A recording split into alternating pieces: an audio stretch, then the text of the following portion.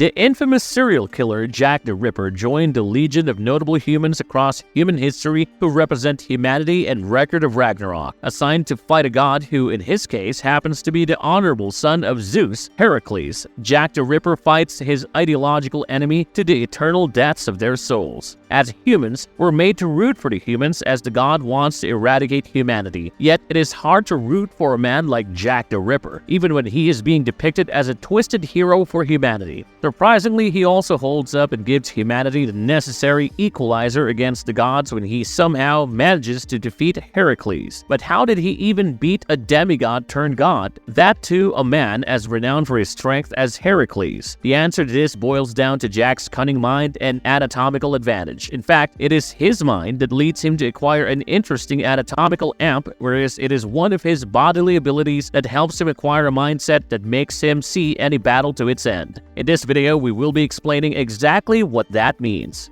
Who is Jack the Ripper in Record of Ragnarok? Jack the Ripper is one of the 13 representatives of humanity who have been selected by Brunhild to fight one of the gods in the Ragnarok showdown. He comes up in the 4th round, where the gods have taken 2 wins with Thor and Zeus winning over Lubu and Adam respectively, and 1 loss where Poseidon has been beaten by Kojiro Sasaki. So far, all the men who have been representing humanity had been honorable, to the extent that Thor happily acknowledged Lubu. At the same time, the gods are quite honorable as well, although they are technically the antagonists, since they are calling for the destruction of humanity. Naturally, the divine beings across the realms are supporting the gods, while the humans from all across history are on the side of humanity. And yet one human shakes things up to the point even those on the side of men are reluctant to cheer for him. This man is the notorious serial killer known as Jack the Ripper. The story does draw inspiration from reality to depict their characters. As you can expect, from a fantasy fiction battle-oriented show, facts are cranked up for dramatic effect. For example, we know that biblically Adam is the first man on earth who was created in God's image. The God here being the Abrahamic Almighty God. In Record of Ragnarok, he still continues to be the first man on earth, but his being created in God's image is taken too literally. With this, he is given the ability to copy the movements of the god he has to fight because he mimics God's image. So, who is Jack the Ripper in the real world? In 1800s England, an influx of immigrants and refugees led to overcrowding in the East End of London. This led to the rise of poverty and crime as a result, and many women took to prostitution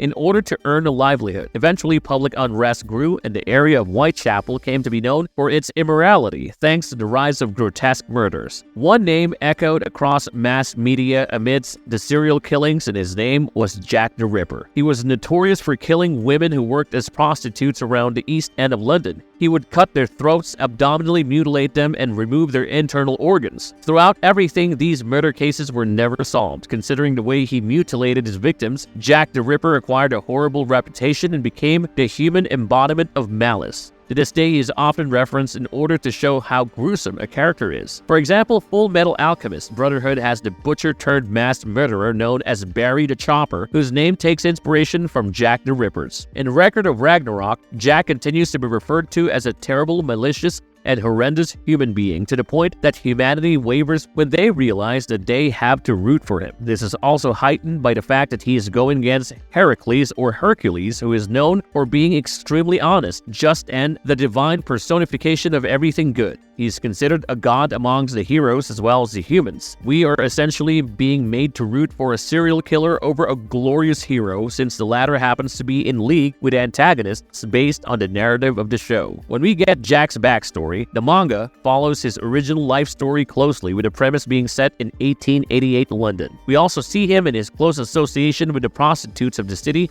with his mother being a prostitute. It's believed that real-life Jack's mother was allegedly a prostitute, as it was been mentioned that she would enjoy the company of many men while Jack's father was absent. She was also a dominant figure in Jack's life, once again allegedly. This is made canon in Record of Ragnarok, as we do see Jack and his mother being very close, with Jack growing up in and around a cheap brothel. Another possible similarity would be both Jack's hailing from financially unfortunate backgrounds. In the anime, we see him scouring through the trash and feeling happy about getting his hands on a big piece of bread. He later gets beaten up by a more fortunate man, but manages to take enough food home for his mother. In reality, Jack the Ripper might have been poor, considering the place he was growing up around, which was the heart of impoverishment in his time. That is also why his mother had to presumably take to prostitution. In the show, however, we get to see Jack get a more fleshed out backstory as we are introduced to his dynamic with his mother, some of his abilities, some caricatured tropes he displays as an Englishman, and a fantasy-oriented reasoning behind him becoming a serial killer. Meanwhile, no one knows the reasons behind the real Jack's murders. People have only theorized that he was waging a war on sin and trying to rid the area of prostitution, which is why he specifically killed prostitutes and mutilated them to leave a message. Jack being able to strategically remove the internal organs of his victims also alludes to him possessing some sort of anatomical and surgical knowledge. Meanwhile, he is more of a combatant and record of Ragnarok and can wield a horde of weapons and come up with strategies on the fly. These are strategies that are good enough to give a man like Hercules a run for his money. We also see things such as Jack the Ripper enjoying his tea time and Cuppa as someone who poses as an English gentleman. These may or may not be true as they are stereotypical caricatures. The English are known for their love of tea, and we see it play out in several shows that are based on Britain,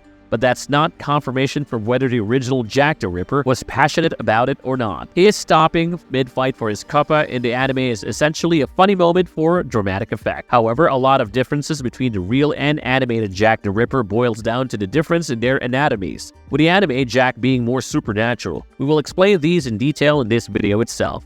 What makes him one of the deadliest humans in this tournament? Jack the Ripper is a horrible person. We have established that his evil intent and mindset shape him into becoming one of the deadliest humans in the tournament. However, in a one-on-one battle for humanity's survival, evil intent is not enough to make someone deadly. Jack needs to be able to physically back himself up because he cannot be truly lethal if his opponent can take him down with ease, especially because his opponent is a god. He gets his first advantage by having someone as just as Hercules as his opponent. The Valhalla arena can be altered depending on the battle requirements, and as a result, Jack requests it to be turned into a spitting image of London. Hercules, being the type of person he is, accepts it, and with this, Jax gets his chance to operate on home base, which is a place where he has already committed many a murder. This is a place where Hercules has to adapt to fight Jack with the latter having the upper hand from the get-go. This brings us to Jack's divine weapon. Humans stand a chance against these gods only because Valkyries bond with them to help them get access to divine weapons. In essence, their weapons are created from the soul of the Valkyrie they have bonded with. This act is called the Volant. To exercise it, however, both parties have to mutually consent to their bonding and their hearts have to resonate. This is not what happens to Jack the Ripper, as the Valkyrie who is supposed to fuse with him is reluctant to do so, quite specifically because he is a heinous murderer. Jack lifts the Valkyrie up and assesses the color of her soul. He strangles her until she turns into what he considers to be the purest of colors in his eyes, which is possibly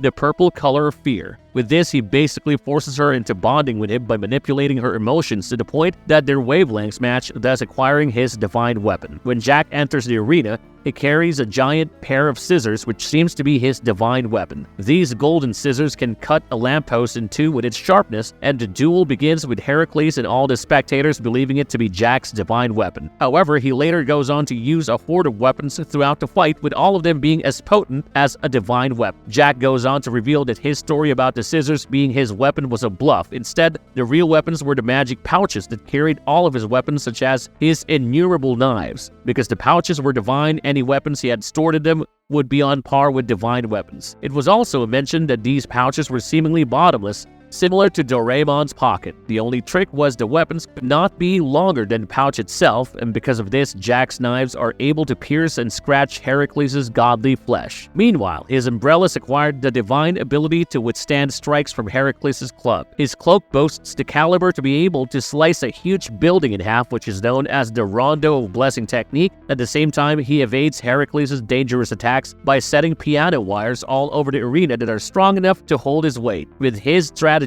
Jack can also use the wires to carve his knives in ways that make them unavoidable for Hercules. He also uses grappling hooks to evade attacks, and also resorts to using giant switchblades that host 6 different blades. Hercules takes tremendous damage from Jack, which is amplified when he rips off the clock face of Big Ben and throws it at him, thus managing to amputate his opponent's arm. But here's the catch: the Big Ben clock face was never a weapon in his divine pouch. So how was he able to use it to injure Hercules? Hercules. The truth is, the entire thing was a bluff. The pouches were never divine. Similar to the scissors, it was a lie Jack had made up and a lie Hercules had bought. His original divine weapon was his gloves, so anything he touched and used while wearing those gloves became Jack's divine weapon. Pebbles could become bullets, clock faces could amputate gods, a mere knife could help Jack get closer to victory, and the entire city of London could be and had been turned into a divine weapon for the human murderer. This is exactly why Jack could be called the deadliest human fighter in Ragnarok. He may not have been as strong as the likes of Sasaki or Ryubu, but the others were limited to their single divine weapons. Jack had the entire arena ready to destroy a god on his command. How does Jack the Ripper's soul eye work? There's a certain thing that allowed Jack to peer into the emotions of the Valkyrie known as Hlok, and it is the soul eye. The animated Jack the Ripper is also shown to have a special right eye that can look into the minds and souls of people. Without such an ability, it would have been impossible for him to force a Valkyrie into bonding with him. Anime is no stranger to ocular powers. There's the Sharingan, the Geass, Gojo's 6 eyes, and the list goes on. In fact, Record of Ragnarok itself has a Sharingan-type eye, with Adam essentially being able to copy his opponent's movements. The only difference here is the fact that with reference to Adam, his opponent has to be a god, otherwise he cannot imitate it. For the sake of Jack the Ripper, we should first discuss his life as a boy in London so that we can understand how it works and where its shortcomings are. When he was 12 years old, Jack was one day scorned by a man whose bread he was trying to steal from the trash. The man demanded payment, and Jack was able to view his aura as red, which represented his rage, scorn, malice, and contempt towards Jack. In a way, this is similar to synesthesia, where sensory abilities get intermingled, allowing people to perceive certain sounds as colors or certain colors as tastes and delight. In the case of Jack, this ability is made very physical and material, with Jack being able to physically see the color of a person's aura based on their emotions, and he can also witness the alteration of its said colors depending on which feeling takes over the person. To evade the man who was screaming at him to pay for the bread, Jack begged him to spare him. The act of the boy begging led to the man feeling superior in himself, and as a result, his aura turned blue. In the end, he let Jack go. The boy went back to the brothel where his mother worked as a prostitute. She had been ridiculed by one of her clients who refused to pay her properly and was lying on the floor. Worried for his mother, Jack went to check on her, and she hugged him. She showed care for his wounds and told him that he was her only hope. As a result of her love, Jack witnessed a tremendous golden aura oozing out of her mother and considered her to be the most beautiful person ever. From another worker in the brothel, Jack eventually learned that his mother had been impregnated by her clients 5 times before and had them all aborted. However, for some reason, she never aborted Jack and raised him with a lot of love. While she did not understand why Jack's mother did it specifically for her 6th child, Jack considered himself to be the luckiest person in the world. Soon after, it is revealed that Jack was the child of the man she was in love with. This was why she had him, as she thought that bearing the child would allow her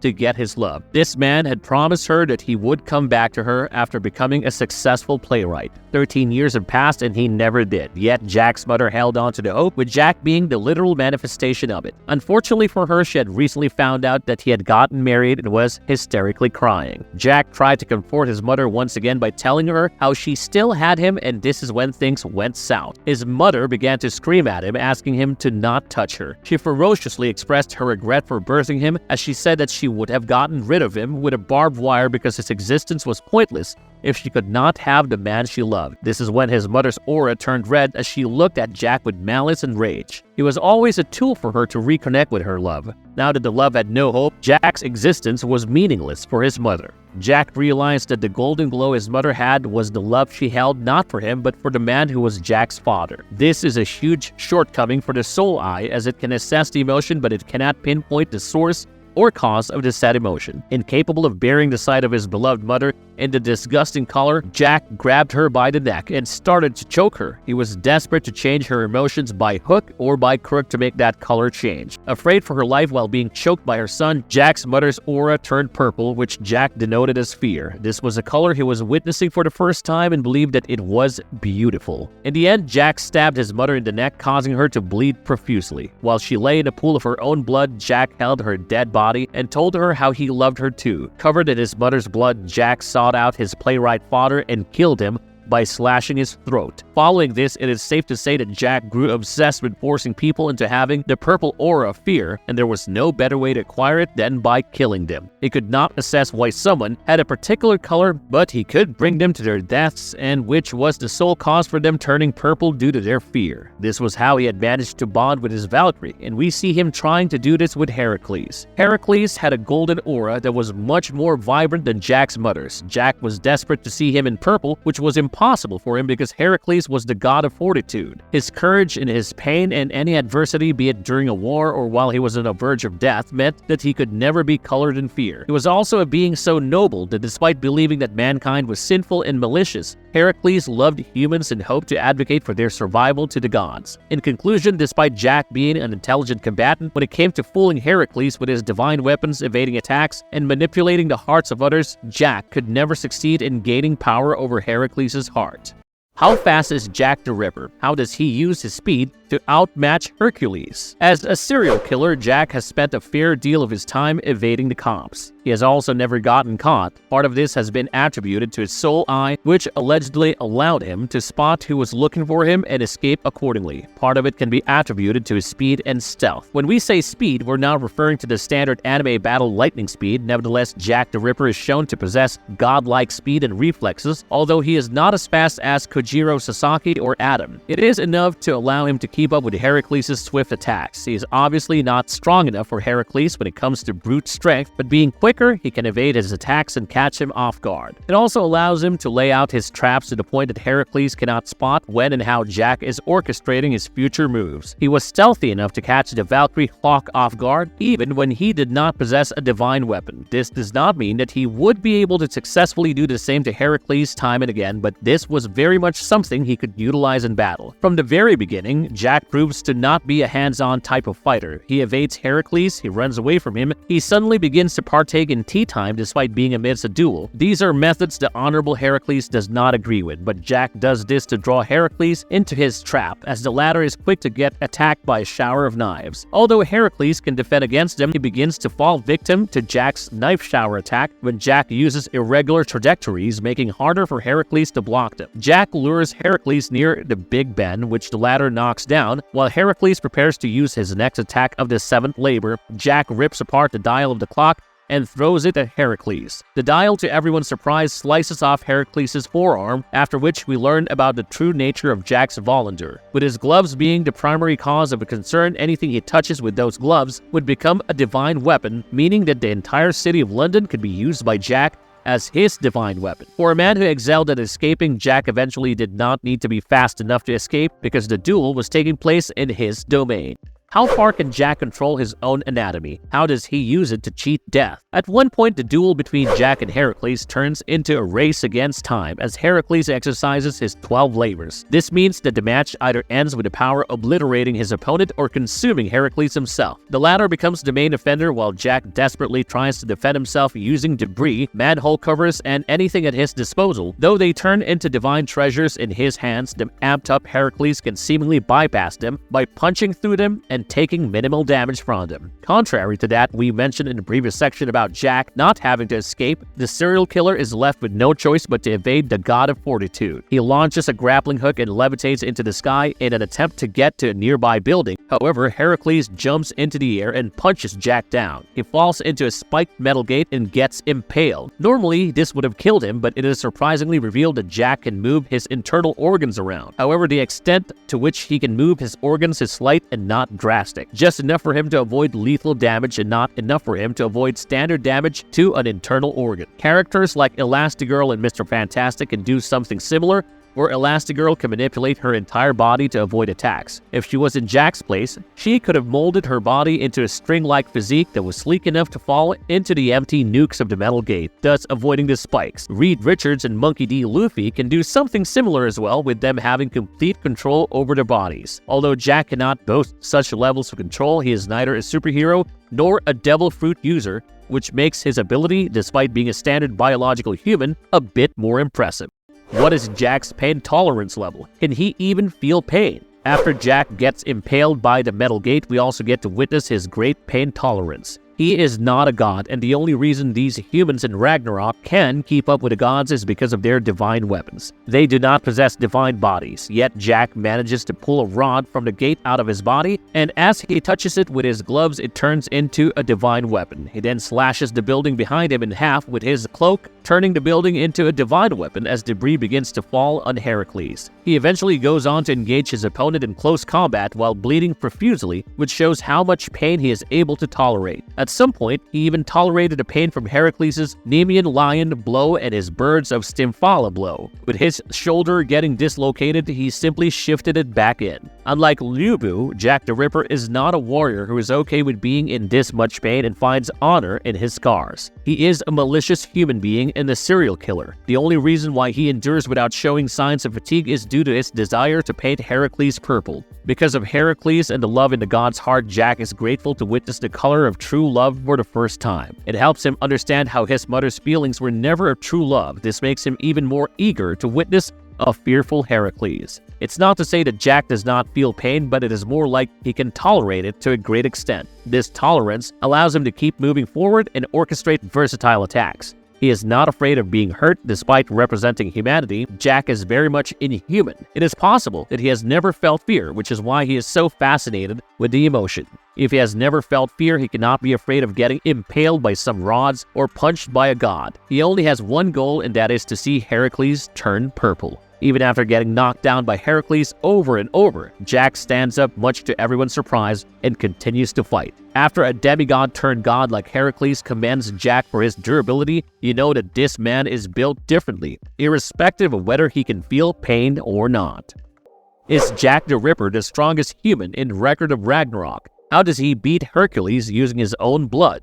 No, Jack the Ripper is far from being the strongest human in the show. There are the likes of Raiden, Liu Bu, and Qin Shi Han, who are considered to be some of the strongest humans. Jack was also never selected for his strength. He was selected by Brunhild because no one could beat him when it came to malice. Jack's selling point lies in his cunning, versatility, and intelligence. Unlike the other human team contenders who get one weapon to be their divine weapon, at best two if they wield dual broadswords, Jack gives himself something as simple as the divine gloves, the touch of which allows him to turn anything into a weapon. So, despite not being the strongest, Jack fights a match where he has a greater advantage than any other human, partially because it takes place in his home base of 19th century London, and partially because in his hands even pebbles are divine weapons that can hurt a god. However, Jack lands his final blow without using any secondary weapon at all. While on the verge of receiving Hercules' attack, the two face one another and Jack closes in to stab Hercules to death.